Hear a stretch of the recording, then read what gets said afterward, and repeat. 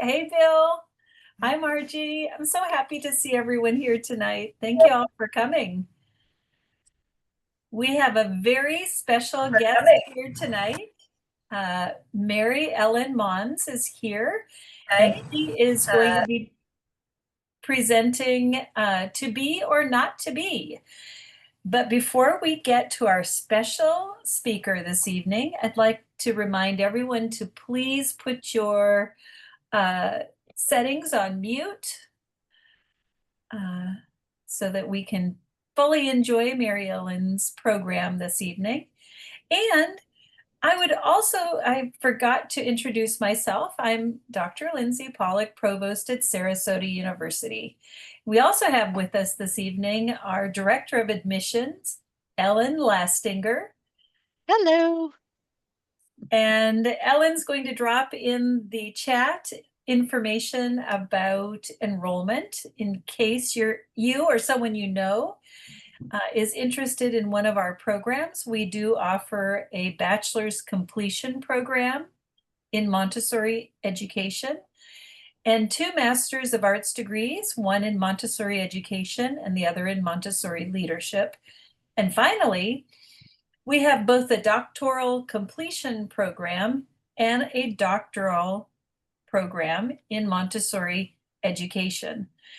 So we like to remind everyone we are the Montessori by and for Montessorians. And part of our school culture is holding continuing education opportunities with experts like Mary Ellen, who is generous enough to volunteer her time to be with us this evening. Mary Ellen is the founder and program director of Age of Montessori's infant, toddler, early childhood, and elementary teacher certification courses, and pioneer in blended Montessori teacher education. She is the mother of 3 grown children, and she holds an AMI certificate for 2.5. I'm not sure if I'm reading this right. 2.5 to 7 years old, PAMS certificate for 6 to 12, and as master teacher with a bachelor's of science in child development and an MED in integrative education with an emphasis on Montessori. Mary Ellen, it says here that you have 50 years of experience in Montessori education. So you must have started off when you were 5 years old. Yeah, right. I wish.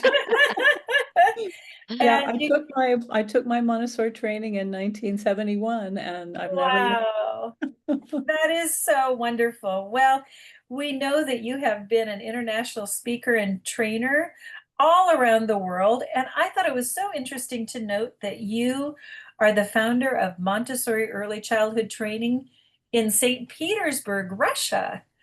Wow, I've always wanted to go there. That's just wonderful. You've served 10 years as a commissioner and a member of board of directors for MACTE, and were a recipient of MACTE's Wisdom of the Elders Award. When not working, Mary Ellen is an avid photographer, loves to read, hike, travel, collect stamps, and spend time with her children and close friends. Mary Ellen, thank you again for being here this evening, and I'll turn it over to you. Thank you, Lindsay. We're having a little technical difficulty, so Lindsay's going to move my slides forward. These are my beautiful children. They all went to Montessori when they were young, obviously, because I was the head of the school, and so that was a way I could always keep track of them. But they're all very accomplished in their fields. We don't need this slide because we just talked about what I had accomplished. And I wanted to kind of start with a little bit of a background of the wonderful relationship that I had for 22 years with Dr. Elizabeth Kaspari. She was 80 when we met, and she came to my school in California, and we were best of friends for 22 years. She lived to be 102, and she had been trained by Maria Montessori in India, and then they ended up in Kodaikanal, where Montessori and the Kasparis lived for a period of 4 years. So they became very close friends, and she told me so many stories about Montessori. I'm just going to share one with you. If you can imagine, I don't have them to show you, but the geometric solids. So they were over at Montessori's house one afternoon, and Montessori just said, something we can do with this. She laid out some black construction paper right in front of her in a kind of a row, a column, and then she ground up some chalk, and then she rolled each one of the solids in the chalk and then rolled them down the black paper to see what kind of a line they'd make. So, Wow. stories like that just give another dimension of who Maria Montessori was. They're always investigating. It was kind of fun to hear those stories. Wow. So I am so privileged and honored to be here with you. I just wanted to share that I knew Ron Ogrodnik. We had lunch many times at different Montessori Foundation conferences, and he shared with me his plans for the university, which he was just dreaming of at that time. And our training course, MACTE accredited, was one of the early courses that was accepted for about 17 units towards the master's degree. And that was a real honor for us to be part of that process. So I created this program with the line to be or not to be. So why would I pick something from Hamlet that's an adult issue? But I think it applies to very, very young children. And I think, and I know the research bears us out, that children decide very early in their school days as to whether they're suited for school or not. The first early childhood experiences can determine the entire academic career of a child. So it's truly, am I going to be all that I can be in this environment, or am I going to shelter down and avoid? And we've probably all seen children who made both kinds of choices. So we would follow the work of Maria Montessori, telling us to learn to see the child who's not yet there. So maybe they're naughty, maybe they're kind of disrespectful, maybe they're all over the place, but they are the spiritual embryo, and we need to make certain that that embryo is allowed to express itself and become all it can be.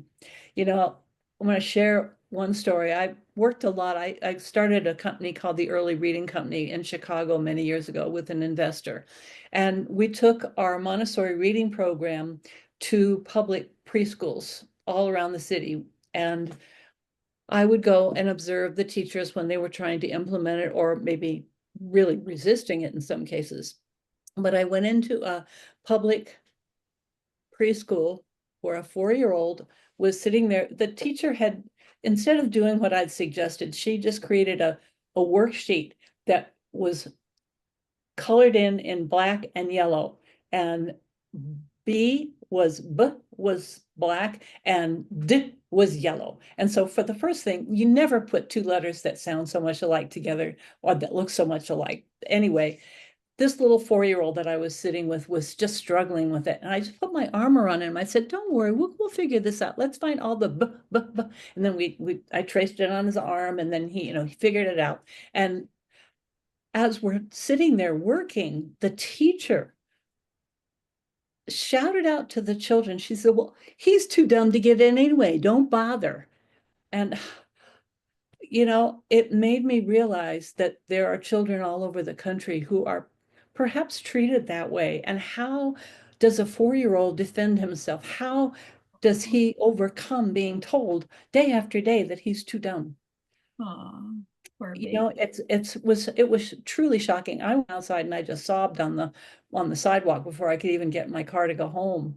And then very, very soon after that, I saw a YouTube, and I wish I remembered the name of the teacher. But she was a real big Black woman, and she was talking about how she gives a spelling test to her children, maybe second grade, and she gives the same spelling test every day for a week until they get it. And she tells the story of this one little guy who gets 2 right.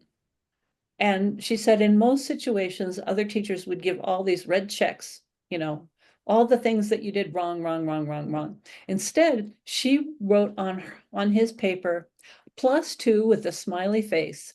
And she just went up to him and said, "Oh my gosh, you got 2 right. Tomorrow you probably get 3 right." And it was just so much love and support. And it was just the Aw, opposite of what I had seen in person. wow. So I think as we're thinking about to be, it starts with, does the child feel accepted in school? You know, some of these children, it's the first social experience they've been when they come to our preschools, our early childhood programs. So is the teacher warm toward the child? Are there things that the child likes to do and is allowed to do? Are there children that he likes to play with?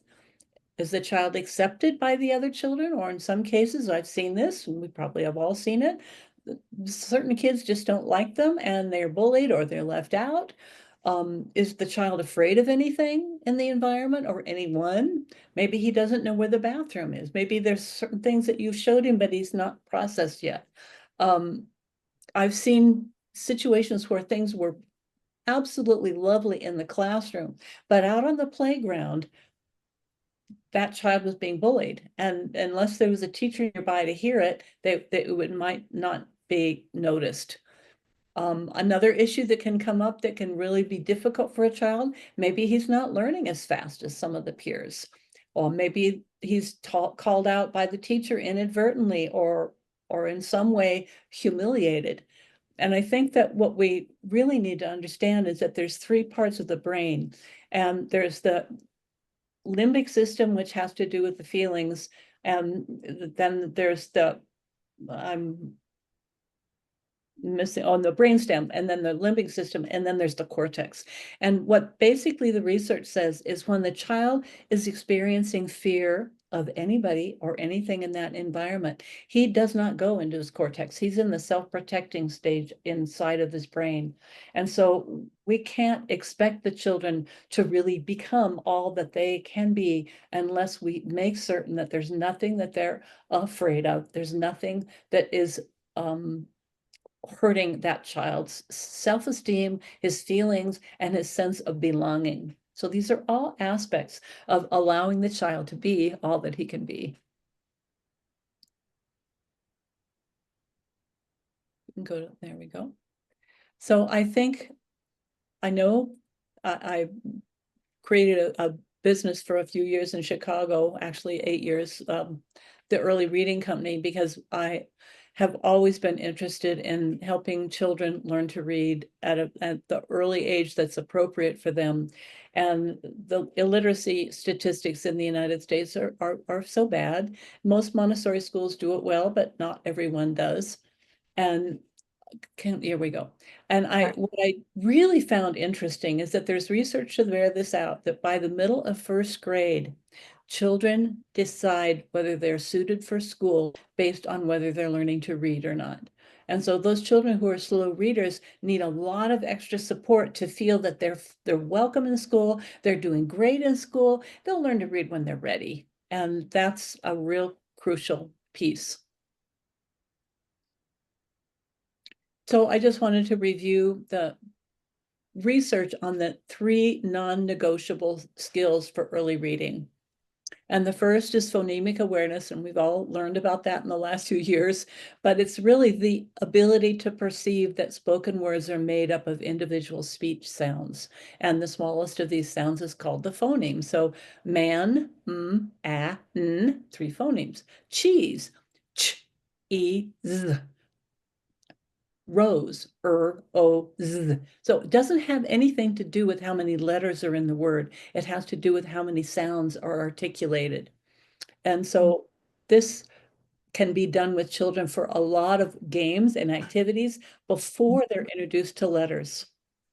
Because if this really blew me away, because when I took my AMI training way back, we did matching cards, and then we went and verbal things, and then we went straight into sandpaper letters. But I realized that sometimes I'd give a young child, this is well, he just looked at me like, what's and I realized that because he had not ever done anything with mother, master, whatever. You know, he hadn't played any of those games, so he wasn't really sure what that sound meant, what it referred to.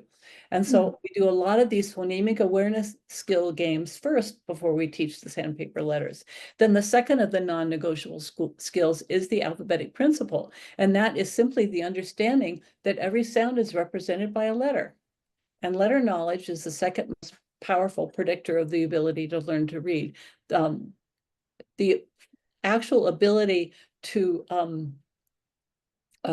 phonemic awareness ability to segment is the major predictor of learning to read. So if I tell you the word man, if you can say you've segmented it. So that's kind of what we're talking about here. So we want the child to get familiar with sounds and then learn the letters. And then what's really interesting is how we can apply those two to writing and eventually to reading. So let's say the child has the word or thinks of the word, maybe has the little image of it, a little picture of it or whatever, hat. So what happens is in his brain for him to be able to build that word? Well, because of the child's work with phonemic awareness, she knows she knows how to segment that word. Then, because she's worked with letters, she knows what a looks like, an a looks like, and a t looks like. So she's able to move on and build the word. Then she can pick up a pencil if she wants and she's writing. So it's really very simple, but a lot of people in the literacy world and in the educational world of young children really have struggled with how simple it really is with phonemic awareness, letter awareness, and building words. And Montessori has known this for 100 years. Okay, so I kind of just talked us through that without the slide. So I think it's very interesting. If you want to read more about what Montessori explained about this necessity of getting sounds combined with letters, all you need to do is read this book, The Formation of Man. It's been one of my favorite books for years. And I think that phonemic awareness, my colleague and I figured it out in the early 1990s. We just called it tickling the ear, that the child, we knew there had to be an association with ability to hear the sounds in order to read, but we didn't quite understand it. And then all this information came out of phonemic awareness. And then we know the science of reading came out in the last decade. And this is stuff that Montessori has been teaching literally since early 1900s. So this book, and there's a section on literacy that really explains it well. So I think when we look at our children, we know that these children are the hope and promise for mankind. And I love this picture. These were two of my elementary students when the last year that I actually was in the classroom. And look at, they're just sharing them. It's sweet, isn't it? That is so sweet. So Montessori tells us that man must be cultivated from the beginning of life when the great powers of nature are at work. So this was so interesting. One of the teachers in our toddler class just put these, these posters up of the numbers and, the number of dots or whatever underneath them. And this little child is just putting his finger on each one, there's something that's connecting. Great powers of nature within him. He wants to learn. Yeah. So Montessori saw the young child as a spiritual embryo, emphasizing that humans are not merely biological beings, but spiritual beings as well. And they're seeking expression through a physical body that they have to learn to master. They have to learn to do so many things. They have to learn to speak. I know when I've been assisting in our infant toddler program, and because I'm qualified to do the psychology and philosophy, I can't do the lessons because I'm not certified at that level, but I can do the other parts. And it's been so interesting to really learn about how much finesse these little babies have in their attempts to work on various things. And there's a lot going on. And this picture just is adorable. This little girl is just deciding she wants to stand up, and she pulls herself right up. And She's wanting to be able to move more. Yeah. So one of the keys as a Montessori teacher is gaining the child's interest.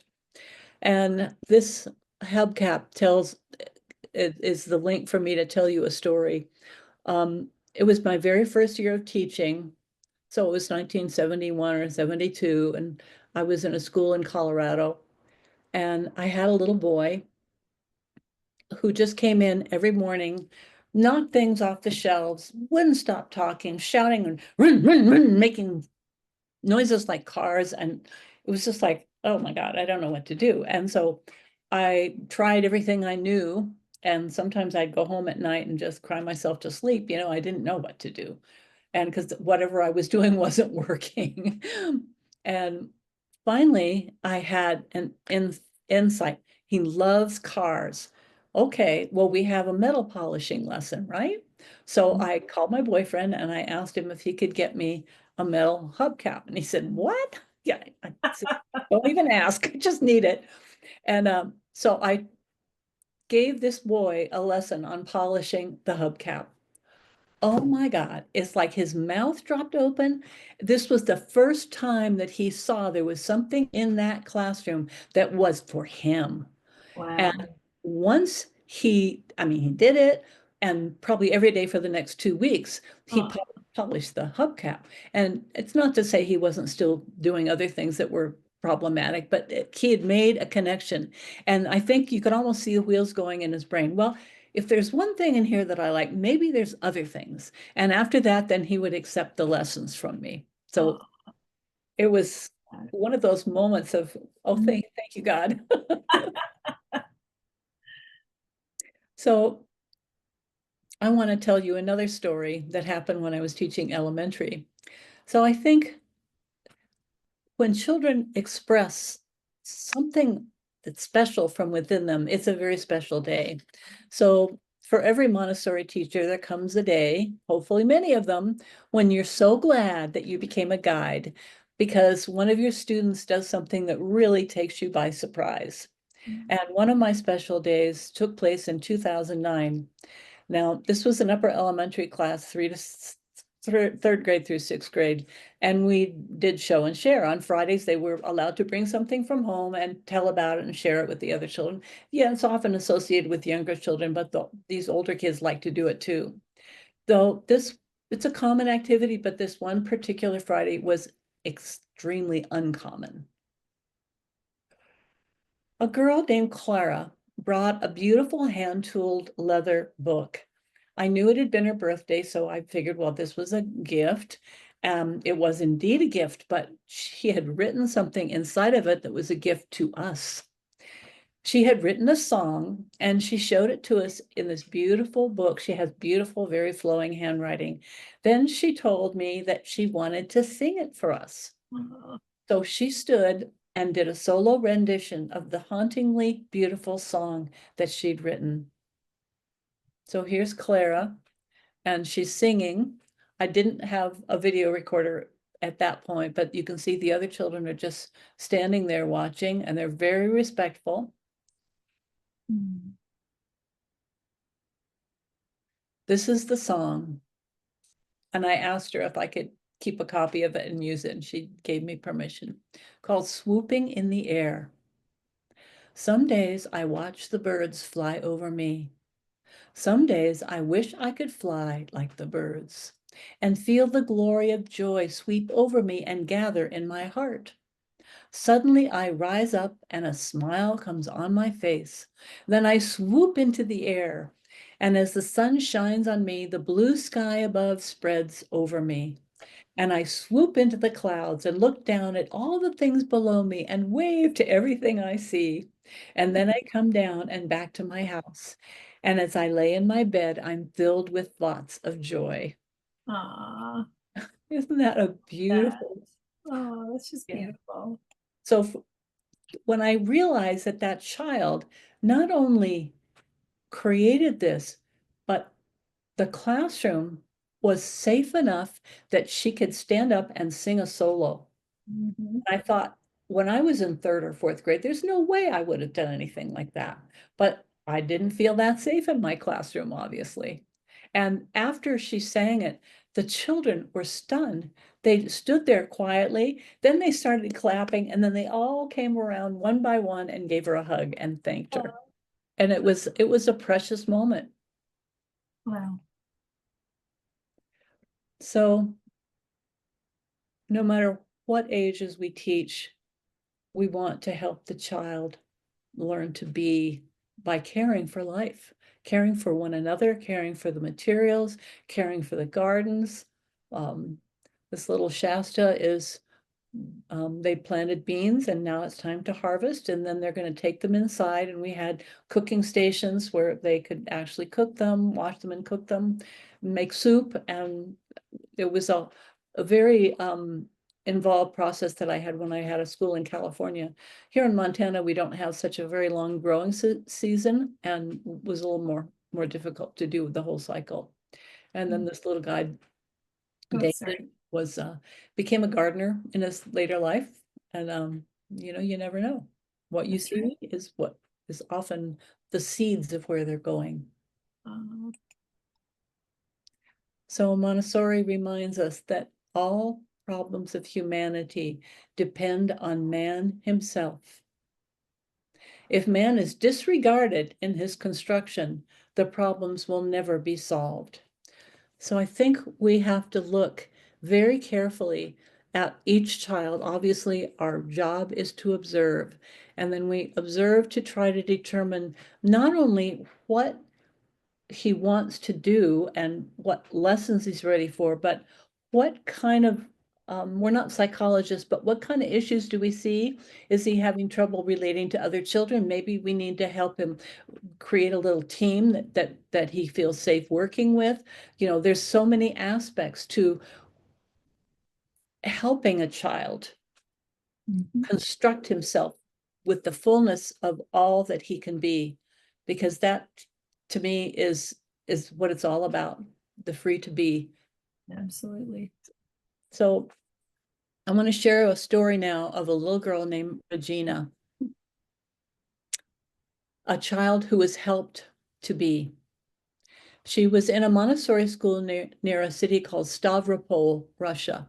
It's down near the Black Sea. And she'd been in the school since she was 3. It was a well-established Montessori school.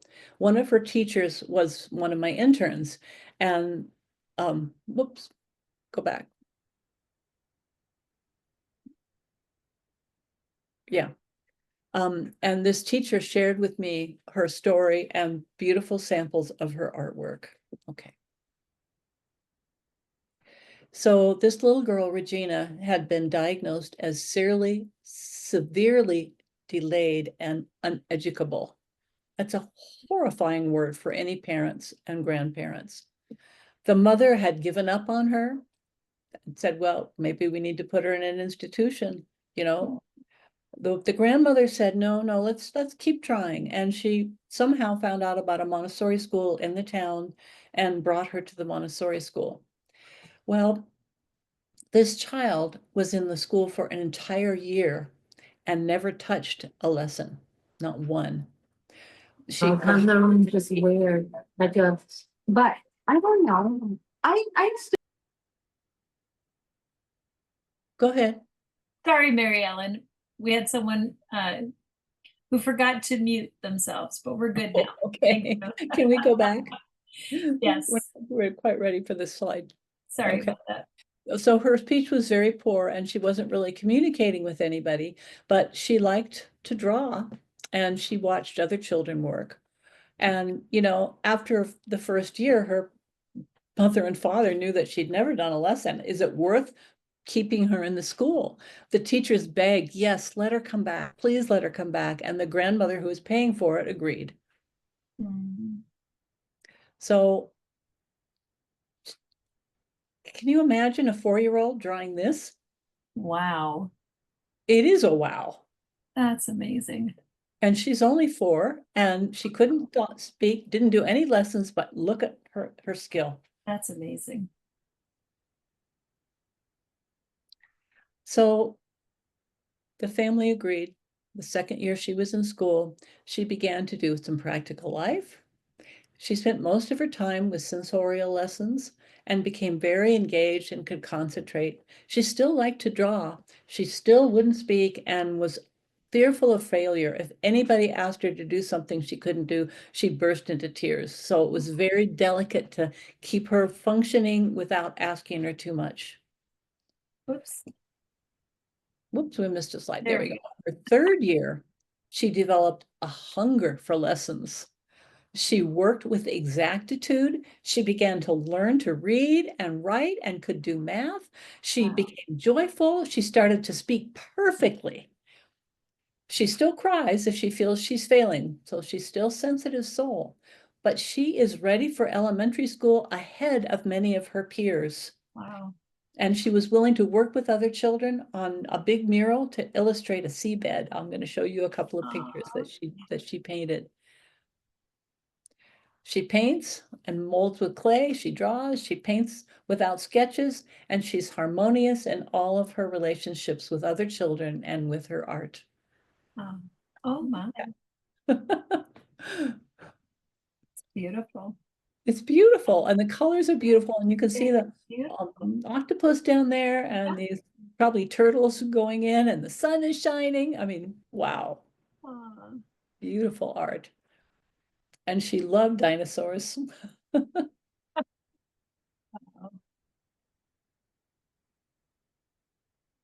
And even ancient birds and just Oh, really beautiful. lovely, her use of color. Absolutely. So Regina now is a happy, high-achieving little girl. She's got great talent, as her art and her academic work show. And here she was, Oh, diagnosed as uneducable. Yet her Montessori teacher saw the child who's not yet there and gave her the opportunity to be all that she could be. Now, if she had been in another situation, she might never have had that blossoming and flowering. If people just assumed that, okay, she's over it, not going to be able to learn, then why should we even bother? Hmm. So I want to share another example of a girl named Clarissa. Now, Clarissa was 8 years old. She had been declared uneducable by the third grade public and private school teachers in Chicago. So 4 years later, this child who is considered to be uneducable was named winner of the Illinois Young Writers Prize at age 12. So what changed? Her teacher is what changed. I don't know if any of you have heard of Marva Collins. Oh, yes. But she was sent to Marva's school at Westside Prep. And little by little, Marva just kept giving her a hug every day. Of course you can do it. And I got an opportunity to study with Marva. I spent 2 weeks in her classroom. And she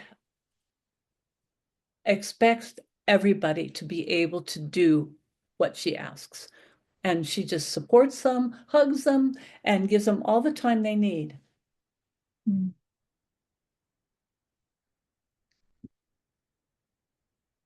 This woman was quite an unusual woman. She passed away recently, a couple of years back. She was 6 feet tall. She wore a business suit and spiked heels to work every day. She had no desk to sit down at. She just wandered around among her children and expected them to be able to function. If they were, I saw this, if they were chewing gum, she'd say, okay, give it to me. And then she'd throw it away. She just wasn't, and if they weren't doing the work that they were supposed to, she just, you are so wonderful. You are so smart. I know you're going to be able to do this. I mean, it was so amazing. She wasn't Montessori by any means, but she just loved her children enough to expect the best of them. She could do what Montessori said and see the child who's not yet there. So President Reagan found out about her and asked her to be the Secretary of Education for the United States. She turned him down and said, no, I think my students need me more. Oh, wow. So This movie is sometimes still available on Prime or in your public library. If you haven't seen it, the Marva Collins story. Cicely Tyson plays her and Morgan Freeman plays her husband. It's an absolutely inspiring story for any teacher. Mhm. So these little children on the left are in a little town called Tikvin, Russia. There's a beautiful toddler program there. I've trained all the teachers there. And then on the right was one of the girls in my elementary classroom who actually had been to another Montessori school that somehow pushed paperwork on her with math. And so she came to my class and her mother said she hates math, she won't do it. So I do what I always do when a child is struggling. I say, well, let's back up to where there's no confusion and let's build from there. So the name of the movie with the question was the Marva Collins story. It's okay that you interrupted. You're welcome. So this little girl was really struggling with addition and multiplication. So the box of colored beads is absolutely one of my favorite materials in the whole classroom. And she started to do this and we have math notebooks and she had to write down each equation as she went. And before long, she was saying, Mrs. Maunz, I love math. I just said, thank goodness. It was so wonderful to see. Her name is Morgan. She's now a PhD student taking her PhD in Spanish because she decided it would be too easy if it was in English. So our work for the child is to create an environment where he can work and they can do and be the best they can. Again, this is another photograph of this beautiful school in Tikvin, Russia. Tikvin is a small town about 4 hours outside of St. Petersburg. And I was in Russia for 12 years. Every summer, I spent my summers there. And Tikvin was where my friends lived, and they had actually built a school from scratch, as you can imagine. And they had started with an early childhood classroom, then they opened a toddler classroom and an elementary classroom. And so I'd go every year and work with the teachers and just spend some time there.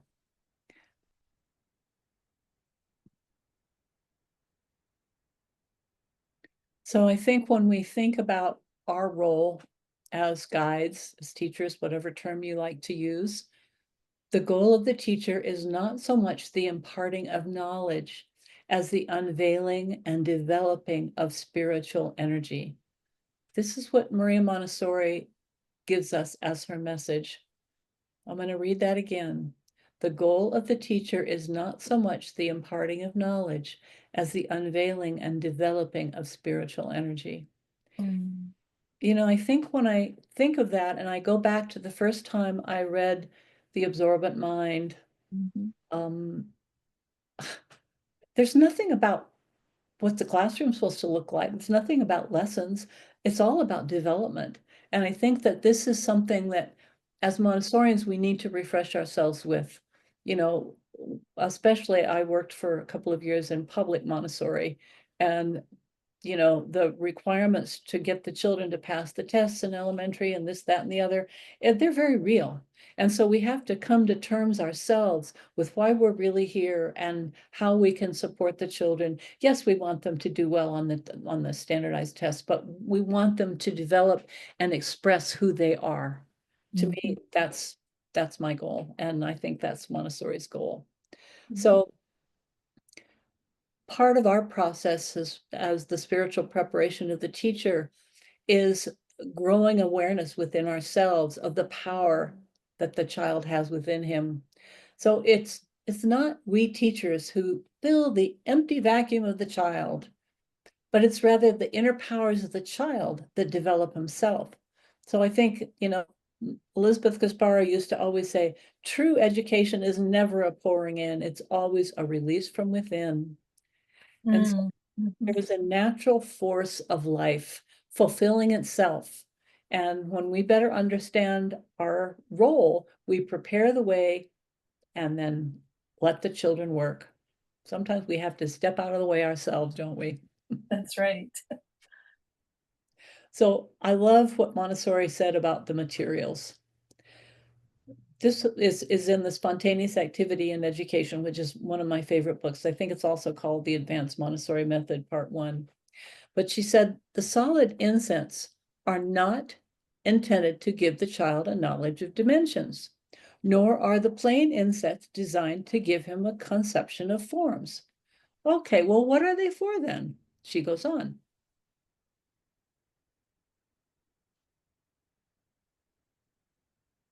The purpose of these, as of all the other objects, is to make the child exercise his activities. Mm. This, to go back, this little guy, his name is Adrian, and his parents cleaned the school for us in order to, kind of a barter for him to be able to go to school. And he loved music. And this material that you see is Italian material. There's a lot of Italian material for music that goes beyond what Nienhuis offers. And Kaspari, I don't know if any of you are very familiar with her, but she was had a school of music in Switzerland before she found Montessori. And she was actually so well known that kings and queens of Europe sent their children to her for their summer camp so that she would teach them music. And so she always insisted, she was friends with Giuseppe and the man who ran the Italian Montessori company, and she'd go over every year back to her Switzerland and go to Italy, and then she'd bring us back more materials. And so we had all the music materials. And this one is just first, you just put the little discs in there, first by number, and then you flip them over and you learn the names of the notes, do, re, mi, fa, sol, la, si, do. And, this little kid, this little boy, should call him a kid, that's a baby goat. This little child was writing his own music by the time he was 5.5. And Wow. these music activities really exercises who he was and who he was able to be. Not every child was interested in it, but those who were really showed us the value of these materials. Then I love what Montessori tells us about our rewards. As becoming a teacher, we're certainly not going to get paid, what we'd like to get paid. And it is, can be a difficult job some days, but it's full of joy.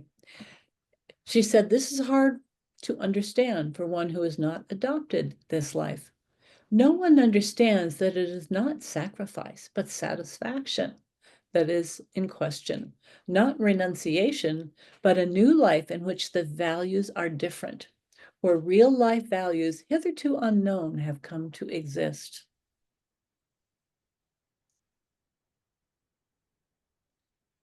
Well, Montessori education, in terms of Maria, is help to life for the child to be all she can be. So here's a beautiful little girl in Mexico, a beautiful little girl in Russia, and all over the world. I've had the opportunity to travel to all 6 continents and visit Montessori schools and actually teach at many of them. And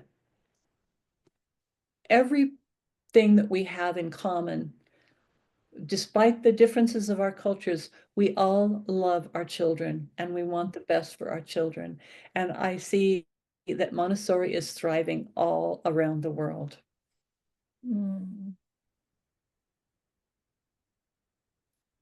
So thank you very much for attending this evening. You're welcome to contact me, Mary Ellen Maunz. I actually think I changed that. It's just Mary Ellen at Free to Be Learning or Mary Ellen Maunz at gmail.com. I would love to open now for conversation, for questions and answers. Any comments that any of you might have?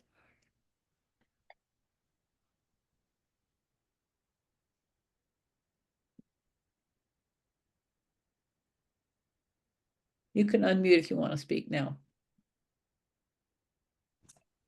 Hi, my name is Dr. Crystal Perkins. I am a faculty member here at Sarasota. I am also an assistant principal in a public Montessori in Houston. Okay. And This is my 21st year in Wow. Montessori education. And I was thinking about what I've seen change post-COVID, our early childhood classrooms. It used to be that we had a couple students, we have 10 classrooms. It used to be we had a couple students that were what you would consider tier 3 behavior and that needed, a little extra from us. And now it's 2 kids in each classroom. And I listen to the teachers and I watch and observe how they respond to that and what they do about that for themselves and for their children. And I think what really stood out to me when you said, if I don't believe in them, how will they learn to believe in themselves?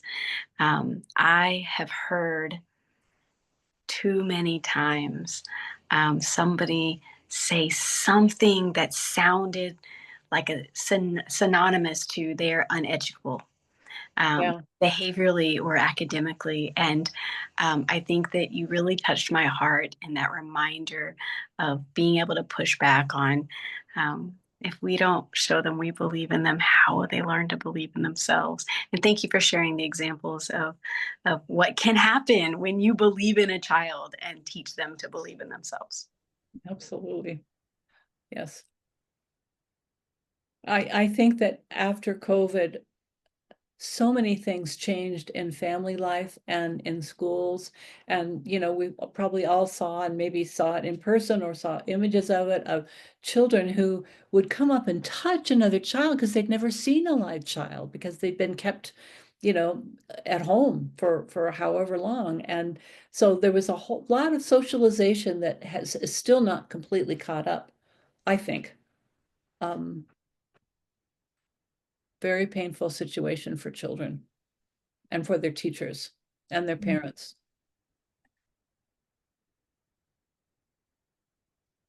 Thank you for bringing that up.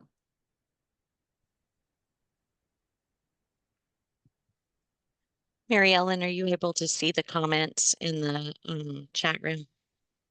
I'm not seeing the chat room. Let me see. Or the We have one comment by William Summers. Oh, here we go. Kids, no more ways to learn than we know how to teach. I think that's very true. That's very interesting. Yeah, I love that. And Fariba says, I believe that with kids, lots of challenges. Yes. Yeah. Well, every time I go, because I've been the program director for an international training course, I've visited schools everywhere. And everywhere I go, I always learn something new. I either learn something to do that I hadn't thought of doing before, or in some cases, I learn something I'm not going to do. Right. But it's learning. We have to keep ourselves open to learn. Absolutely. I used to say, every child had a lesson to teach me. Yes. So if I could, connect with every child, I knew I was continuing to learn and continuing to grow as a professional and learning to meet the needs of all the students. Absolutely. It's like, Oh, teaching never gets old because right. no matter how many tools you have in your toolkit and you have really achieved a level of mastery in your class, then next year you get different children, the whole dynamic is different, and you have to say, oh, I don't know anything. I got to learn. Right. Have the children to teach me again. Opportunity to learn more. That's right. Yes. I believe Lydia has I have a a quick question or comment. Yes. Okay. Hi, Mary Ellen. This is Lydia Hi. from Houston here. So you described your wonderful experiences when you were in Russia. Do you know if those programs are still going on? Do they do Montessori? Well, unfortunately, between the political situation and COVID, a lot of the really good schools closed down. And I have friends that I talk to, and they have little play groups in their houses now with some materials, but they don't have the access to the full school any longer. So I don't know if that's going to change. I see. but Did you have to learn the language? Well, I learned to read Russian because I wanted to be able to not get lost and go on the metro to places I wanted to go and all the museums and all that kind of stuff. But no, I didn't learn. I learned enough to order food in a restaurant and not get lost. But no, I really didn't learn that much. I've forgotten it over the years. Вы говорите по-русски немножко? Oh, See? I'm going to start talking to you in Spanish because I know that better than That's all right. Thank you. Okay. Are you Russian, Lydia? No, but I studied Russian. Okay. Yeah. Well, thank you all for being here this evening.